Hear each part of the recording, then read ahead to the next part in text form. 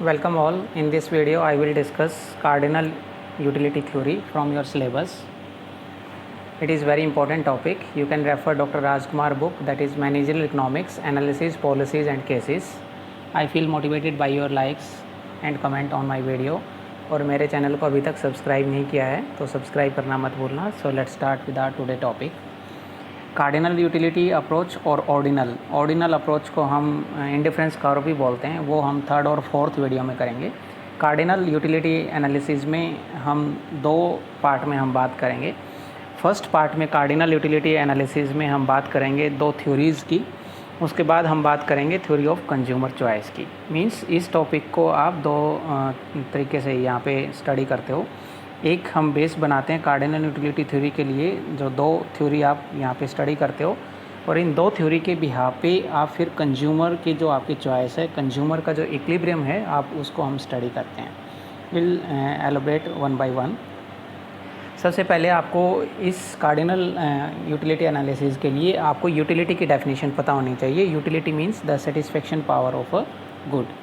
Means आप कोई भी गुड कंज्यूम करते हो, क्यों करते हो? क्योंकि उसके पीछे उनकी गुड्स की सेटिस्फेक्शन पावर है. If a good don't have any satisfaction power then you don't consume that particular goods. Means it is a measure, utility को हम क्या बोल रहे हैं? It is a measure of level of satisfaction of consumers. ठीक है, कितनी एक गुड्स को कंज्यूम करके उसको कितनी सेटिस्फेक्शन मिलती है, आप यूटिलिटी उसको बोलते हो. And it depends upon the quantities of goods bought by the consumer. कितनी और क्वान्टिटी वहाँ पे उस गुड्स की बॉट करता है. इससे रिलेटेड हम तीन यहाँ पे कंसेप्ट पढ़ते हैं यूटिलिटी एनालिसिस में, जो हम बेस बनाते हैं. Initial utility means the utility derived from the first unit of a commodity is called initial utility. मान लो आप एक ब्रेड कंज्यूम करके आपको जो सेटिस्फेक्शन मिलेगी, हम उसको क्या बोलेंगे? फर्स्ट ब्रेड जो कंज्यूम करके जो आप सेटिस्फेक्शन ले रहे हो, इनिशियल यूटिलिटी. फिर हम सेकंड इसमें कंसेप्ट पढ़ते हैं marginal utility. Marginal means the addition made to the total by the marginal unit. ठीक है, एक यूनिट को इंक्रीज़ करके जो टोटल में आपका जो चेंजेस आ रहे हैं, हम उसको मार्जिनल यूटिलिटी बोलते हैं. सपोज़ आप यहाँ पे कैलकुलेट करना चाह रहे हो marginal utility of n unit, तो आप कैसे निकालोगे?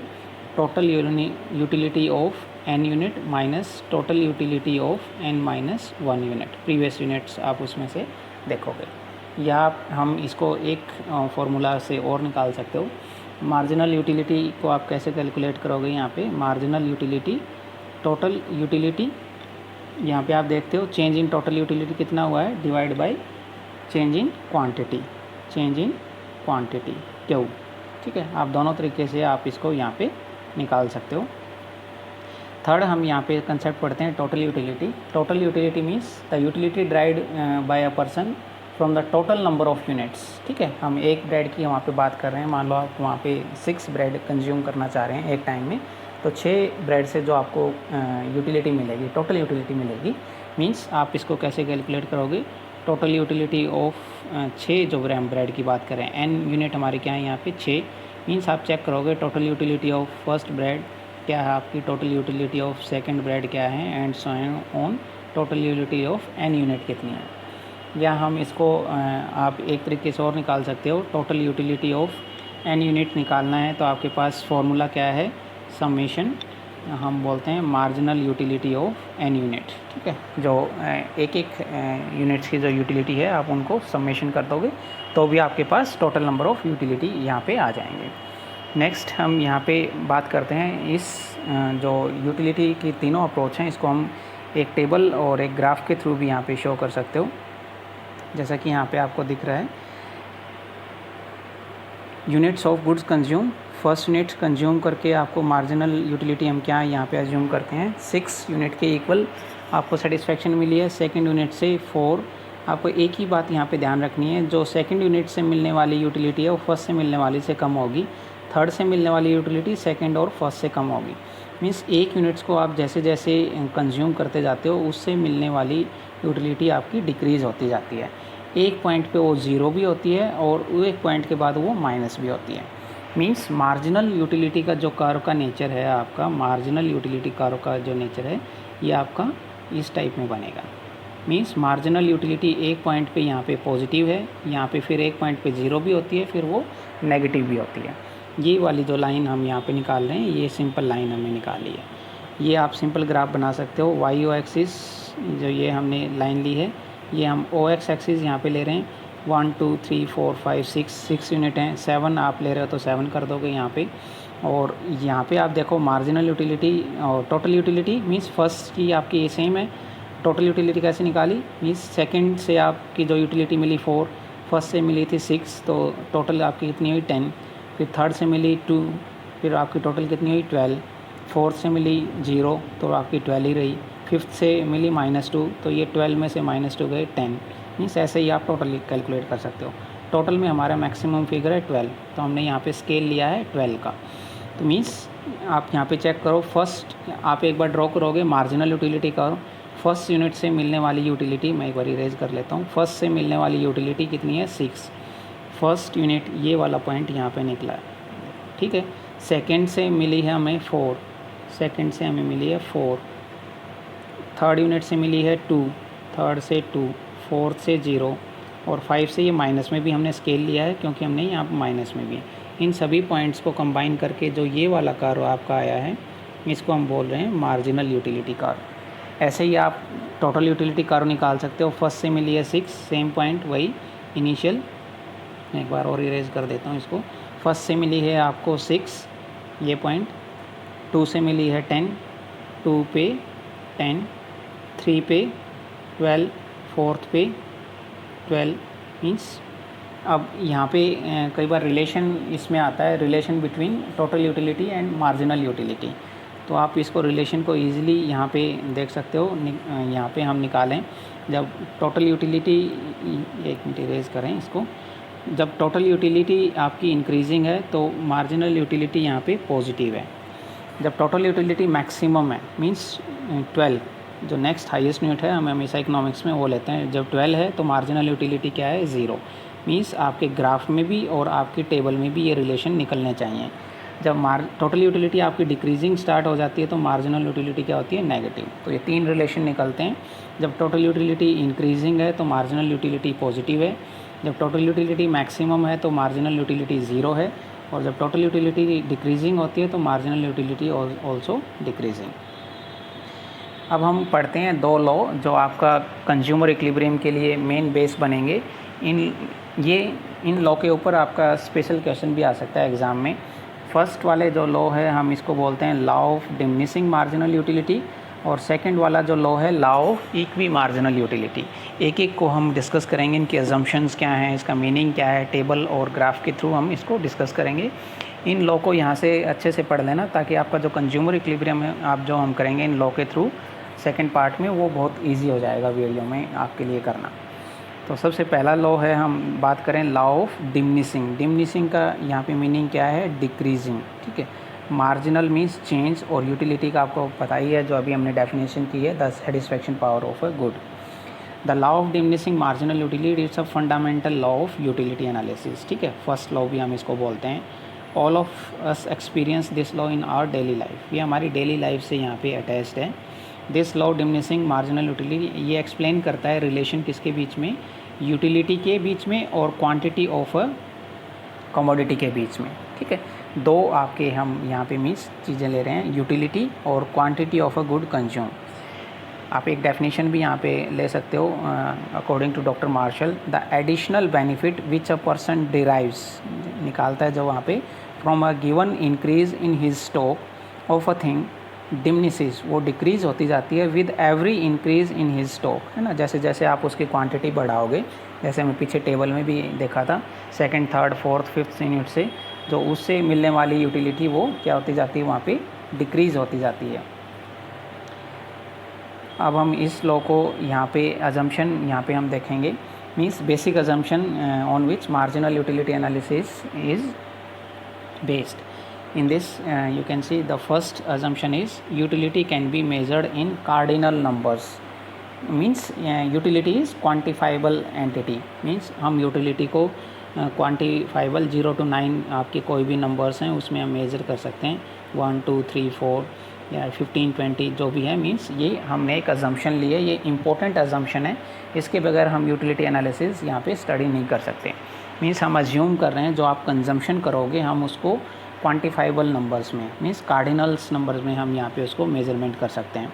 सेकंड यहाँ पे अजम्पशन है marginal utility of money remain constant. Real life में marginal utility of money remain constant नहीं रहती। Marginal utility of money remain constant यहाँ पे हम मीनिंग क्या ले रहे हैं, लाइक हम यहाँ सपोज़ आप एक गुड्स को परचेज़ करते जाते हो तो आपके पास जो मनी है वो क्या होनी चाहिए, डिक्रीज़ होनी चाहिए, और उसकी जो यूटिलिटी है वो आपके पास इंक्रीज़ होनी चाहिए। बट ये लॉ मानता है कि उसकी यूटिलिटी चाहे आपके पास 1000 रुपये हैं चाहे 10 रुपये हैं, उसकी यूटिलिटी सेम है। बट जैसे जैसे हमारे पास पैसे कम होते जाएंगे उसकी यूटिलिटी हमारे लिए बढ़ती जाएगी। बट ये लॉ क्या मान के चलता है, वो कांस्टेंट रहती है। Third, marginal utility of money of every commodity is independent, means वो एक कमोडिटी दूसरे कमोडिटी पे वो डिपेंडेंट नहीं है, उसकी यूटिलिटी आपकी अलग अलग है। Means the amount of other commodity जो आप परचेज़ कर रहे हो उसकी यूटिलिटी पहले वाले के कंपेयर में कोई वहाँ पे डिपेंडेंस नहीं है। और इसमें आप ये भी अज्यूम करते हो एक पर्सन की जो यूटिलिटी है वो दूसरे पर्सन की यूटिलिटी से अफेक्टेड नहीं होती है। Every unit of commodity being used is a same quantity and size, ठीक है, वो सेम क्वांटिटी और साइज़ की है जो हमने पीछे लॉ में पढ़ा था कि एक यूनिट जो आप कंज्यूम कर रहे हो, सेकंड कर रहे हो, थर्ड कर रहे हो, ऐसा नहीं है कि ब्रेड कोई छोटी है कोई बड़ी है, जो भी आप गुड्स कंज्यूम करोगे वो सेम क्वांटिटी और सेम साइज़ की होनी चाहिए, अदरवाइज़ फिर उसका यूटिलिटी पे वहाँ पे इफ़ेक्ट आता है। नेक्स्ट हम यहाँ पे अजम्पशन कर रहे हैं units of commodity being used, जो आपकी है there is a continuous consumption of commodity, है ना, को आप ब्रेक नहीं देना। ये नहीं है कि आपने एक ब्रेड आप खा ली फिर दूसरी ब्रेड आप लंच में ले रहे हो, तीसरी ब्रेड आप या चपाती डिनर में ले रहे हो। तो इट मे बी पॉसिबल जो सेकंड या थर्ड जो चपाती लोगे वो ये सेटिस्फेक्शन आपको दें, मीन्स उनकी जब डिमिनिशिंग आपकी सेटिस्फेक्शन नहीं होगी, तो एक ही आपका कंटिन्यूस कंजम्पशन होना चाहिए उनके लिए। Suitable and proper quantity of commodity आपकी वहाँ पे होनी चाहिए। सपोज़ हम कहेंगे कि एक अडल्ट के लिए, एक बड़े पर्सन के लिए एक ग्लास ऑफ वाटर आपका सूटेबल क्वांटिटी है। ऐसा नहीं है कि वहाँ पे एक एक स्पून ऑफ वाटर वहाँ पे आप उसको दोगे तो वो उसके लिए सूटेबल क्वांटिटी नहीं होगी। There is no change in income of consumer, यहाँ पे हम अज्यूम करते हैं क्योंकि इनकम के इंक्रीज़ होने पे फिर आपकी सेटिस्फेक्शन पे भी आपका उसका वहाँ पे इफ़ेक्ट आता है। There is no change in the price of commodity, हम यहाँ पे अज्यूम करते हैं क्योंकि उससे फिर परचेजिंग पावर और काफ़ी इशू अटैच हो जाते हैं ये, और हम ये अज्यूम करते हैं सब्स्टिट्यूट्स गुड्स भी सेम रहेंगी। There is no change in fashion taste और हैबिट्स, क्योंकि आपको पता है फैशन टेस्ट और हैबिट्स ये आपकी चेंज होती रहती हैं, उन पे काफ़ी इफेक्ट आता है, एडवर्टीज़मेंट का इफेक्ट है, पीयर ग्रुप्स का इफेक्ट है। बट इस लॉ के लिए हम क्या अज्यूम करते हैं, ये भी आपकी कांस्टेंट रहेंगी। एक और इसमें इंपॉर्टेंट अजम्पशन लेते हैं, goods are divisible, means according to your requirement आप उसको स्मॉल क्वांटिटी में as per your requirements divide कर सकते हो। But in case of durable goods, ठीक है, in case of durable goods ये पॉसिबल नहीं है। ऐसा पॉसिबल नहीं है कि हम कहें कि भाई आधा फ्रीज़ दे दो आधा हम बाद में ले लेंगे, तो उस केस में ये पॉसिबल नहीं है, मींस ये आपका ड्यूरेबल गुड्स में ये लॉ फिर आपका एप्लीकेबल नहीं होगा। तो इम्पोर्टेंट अजम्पशन हमने की, जैसे सबसे पहले थी क्वांटिफाइबल नंबर में आप 0 to 9 में या जितना भी आपको रिक्वायरमेंट है वहाँ पे आप कर सकते हो।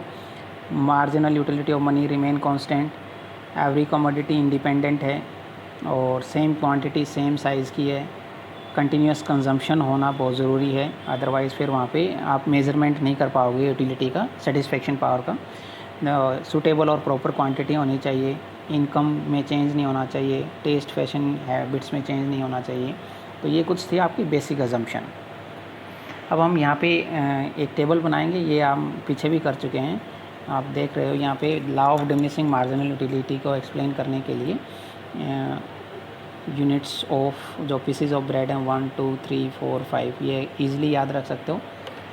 ऐसा नहीं कि आपने 8 से ही लेना, आप यहाँ पे 10 से भी आप फिगर स्टार्ट कर सकते हो, 12 से भी ले सकते हो, वो आपकी विश है, वहाँ पे आप क्या लेते हो, ठीक है, वो कंपलसरी नहीं है कि आपने 8 से ही लेना है, ठीक है। तो यहाँ पे हमने 8 से लिया है, तो आप ये कंपलसरी है कि फर्स्ट यूनिट से जो सेटिस्फेक्शन मिलती है सेकंड से मिलने वाली सेटिस्फेक्शन उससे फिर डिक्रीज़ होगी। 7 भी रख सकते हो, 6 भी रख सकते हो। इन फिगर्स को यहाँ पे इजीली याद रख सकते हो। 8 6 4 2, एक पॉइंट पे वो 0 भी आएगी और एक पॉइंट पे वो माइनस भी आएगी। 7th यहाँ रखोगे तो -4 भी रख लेंगे। अब हम इसमें एक सिंपल सा कर्व बनाते हैं एक बार, और फिर आपको प्रीपेड करो यहाँ पे दिखाएंगे। यहाँ पे आप हमेशा ऐसे रखते हो। ये हम ले रहे हैं वाई ओ एक्सिस, यहाँ पे हम ले रहे हैं units of goods consume quantity, और यहाँ पे हम ले रहे हैं मार्जिनल यूटिलिटी।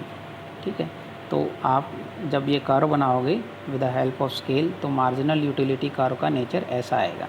मीन्स एक पॉइंट पे ये पॉजिटिव है, यहाँ पे ये यहाँ पे ज़ीरो है, और यहाँ पे फिर ये आपकी माइनस भी आई है, as you can see in this graph. जो ये पिछले वाला ग्राफ ही है, मैंने थोड़ा सा यहाँ पे रिफ़ाइन कर दिया है इस ग्राफ को। ये यहाँ पे फर्स्ट यूनिट से जो हमने निकाला था, फर्स्ट यूनिट से कितनी मिली थी 8, सेकंड से मिले थे 6। इन सभी पॉइंट्स को आप कंबाइन करोगे तो आपका ये जो कर्व निकला है ये हमारा मार्जिनल यूटिलिटी कर्व है, जो फर्स्ट लॉ में हम यहाँ पे शो करते हैं। और इस लॉ का नाम क्या है? Law of diminishing. Diminishing means decreasing marginal utility.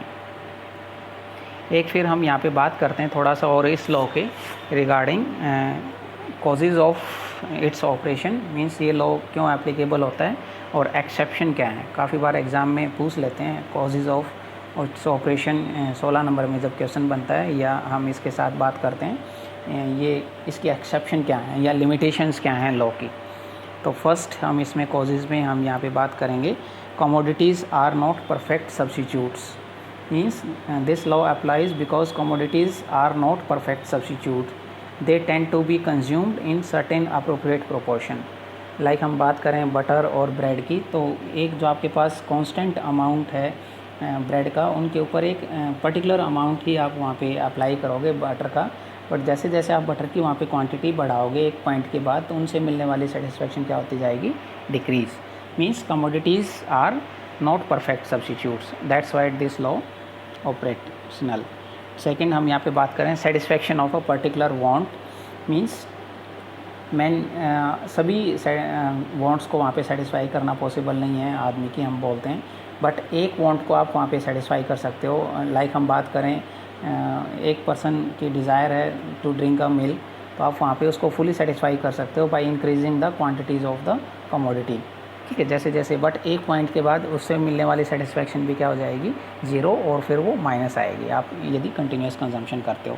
मान लो आप वहाँ पे मिल्क कंज्यूम करते हो, जो हमने एग्जांपल लिया। एंड एक इसके पीछे लॉजिक है, we give top priority to the most important use. For example हम यहाँ पे करते हैं some uses are most important while others are less. Suppose हम यहाँ पे एक एग्जांपल लेते हैं जो ब्रेड का सपोज़ आपकी हम कहें जी पड़ोस में बड़े पार्टी में आपको एक केक का हाफ़ केक मिला है, उसमें से आप पीसीज करते हो 4 पीसीज करते हो, तो आप टॉप प्रायोरिटी किसको दोगे? फर्स्ट पीस किसको वहाँ पे डिस्ट्रीब्यूट करोगे? बच्चे को, चाइल्ड को। सेकंड वाइफ को। थर्ड सेल्फ कंजम्पशन के लिए हो सकता है। फोर्थ अपने ग्रैंड पेरेंट्स के लिए हो सकता है। वो डिपेंड करेगा कि आपकी प्रायोरिटी क्या है उसको डिस्ट्रीब्यूशन के लिए। दिस लॉ हम ये कहते हैं जो आपकी प्रायोरिटी है, मोस्ट इम्पॉर्टेंट यूज़ है उस पर्टिकुलर गुड्स का, हम वहीं पे उसको लेके चलते हैं। सेकंड हम इसमें एज्यूम करते हैं एक्सेप्शन या जो लिमिटेशंस हैं इनकी हम बात करें, ये लॉ कब आपका एप्लीकेबल नहीं होता है। एक हम बात करें इनिशियल यूनिट जब आपकी सफिशिएंट नहीं है, या हम कहें जी वेरी स्मॉल है, जो हम एडल्ट का एग्जांपल ले रहे थे वहाँ पे, उसके लिए एक ग्लास ऑफ वाटर सफिशिएंट है, आपकी अप्रोप्रिएट है, बट उसको एक चम्मच आप वहाँ पे पानी पिलाओगे तो हम कहेंगे इनिशियल यूनिट या क्वांटिटी है वो आपकी सफिशिएंट नहीं है, तो उस केस में आप वो लॉ वहाँ पे एप्लीकेबल नहीं होगा। सेकंड हम यहाँ पे बात करते हैं रेयर एंड क्यूरियस थिंग्स की। रेयर एंड क्यूरियस थिंग्स में लाइक ओल्ड कॉइन्स हैं, रेयर पेंटिंग्स हैं, तो उस केस में आपके पास जैसे जैसे कलेक्शन बढ़ेगा तो उनसे मिलने वाली सेटिस्फेक्शन आपकी बढ़ती जाएगी। नेक्स्ट है ड्रंकर्ड्स पे ये लॉ एप्लीकेबल नहीं होता। It is said to obtain increasing utility from each additional peg of wine. ठीक है, जैसे जैसे वो आपकी ज़्यादा पैग लेंगे या एज्यूम करते हैं तो उनसे मिलने वाली सेटिस्फेक्शन बढ़ती है, ना कि गिरती है। माइजर्स को हम बोलते हैं ग्रेट सफरिंग, या हम डिस्कम्फर्ट ऑफ माइंड बोलते हैं। माइजर्स को आप हिंदी में बोल सकते हो कंजूस मक्खी चूस, means who are interested only in increasing more and more wealth. तो उनके पास जितना आपका पैसा इकट्ठा होता जाएगा उनको उतनी सेटिस्फेक्शन बढ़ती जाएगी। और एक हम बात करते हैं लार्ज नंबर ऑफ कंज्यूमर्स। जब आप एक पर्टिकुलर सर्विस में हम लाइक बात करें टेलीफोन के यूज़ की, सिर्फ आप अज्यूम करो सिर्फ 2 या 3 ही आपके लोगों के पास फ़ोन हो, या 3 या 4 लोगों के पास फ़ोन हो, तो आपस में बात कर लेंगे, उनको इतनी सेटिस्फेक्शन नहीं मिलेगी। बट जैसे जैसे ये वो नंबर बढ़ता जाएगा आपका, तो उनसे मिलने वाली सेटिस्फेक्शन आपकी बढ़ती जाएगी। तो ये थी आपकी एक्सेप्शन कुछ इस लॉ की। अब हम बात करेंगे second law of equi marginal utility analysis. इस लॉ को हम सेकंड लॉ भी बोलते हैं, या H.S. गोसेन के नाम से भी इस लॉ को जाना जाता है। Law of equi marginal utility is the second important law of utility analysis. ठीक है, हम 2 लॉ के बेस पे कंज्यूमर इक्विलिब्रियम करते हैं। This law states that in order to get maximum satisfaction a consumer should spend his limited income. 2-3 बातें यहाँ पे याद रखने वाली बात हैं। उसके पास जो लिमिटेड इनकम है वो उस वे में एक्सपेंडिचर करता है in such a way that the last rupees spend on each commodity yields या गिव, यहाँ पे होता है इक्वल मार्जिनल यूटिलिटी। जो लास्ट रुपी स्पेंड करोगे आप एक्स कमोडिटी पे, उससे मिलने वाली यूटिलिटी, और जो लास्ट रुपी आप स्पेंड करोगे वाई कमोडिटी पे, उससे मिलने वाली यूटिलिटी वो सेम होगी। आप इस डेफिनेशन को एक टेबल और एक ग्राफ से और अच्छे से समझ पाओगे। इसको हम गोसेन सेकंड लॉ भी बोलते हैं, cause it is propounded bye H.S. Gaussian. Means this law points out that how a consumer can get maximum satisfaction out of given expenditure on different commodities. यहाँ पे आप डॉक्टर मार्शल की definition भी coat कर सकते हो। इसकी पहले हम अजम्पशन करते हैं। इसके अजम्पशन वही हैं ऑलमोस्ट जो हमने पिछले वाले लॉ में किए हैं। कार्डिनल मेजरमेंट है, marginal utility of money remain constant, income same रहेगी, फैशन टेस्ट हैबिट सेम रहेंगे, prices of commodity remain constant रहेंगे, डिविजिबल है, consumer is rational, time period आपका जो कंजम्पशन का है वो सेम है, utility on different is independent. ये वही अजम्पशन है जो हमने पहले वाले लॉ में की थी। अब हम इस लॉ में ये हम यहाँ पे इस टेबल को आप एक बार क्लियर कर लो, फिर आपको ये लॉ बिल्कुल क्लियर हो जाएगा। ये हम यहाँ पे फर्स्ट हमने लिया है रुपीज़ 1 2 3 4 5 6 7 8 कितने भी आप ले सकते हो। फर्स्ट सेकंड कॉलम में हमने लिया मार्जिनल यूटिलिटी ऑफ एप्पल, फिर थर्ड कॉलम में लिया marginal utility of banana. Means हमने 2 कमोडिटीज़ ली हैं, एप्पल एंड बनाना। अब हम यहाँ पे जो रुपीज़ हैं हमारे पास, लिमिटेड इनकम कितनी है हमारे पास, लिमिटेड इनकम कितनी है 5 रुपीज़। ठीक है, अब इस 5 रुपीज़ को हम डिस्ट्रीब्यूट करेंगे।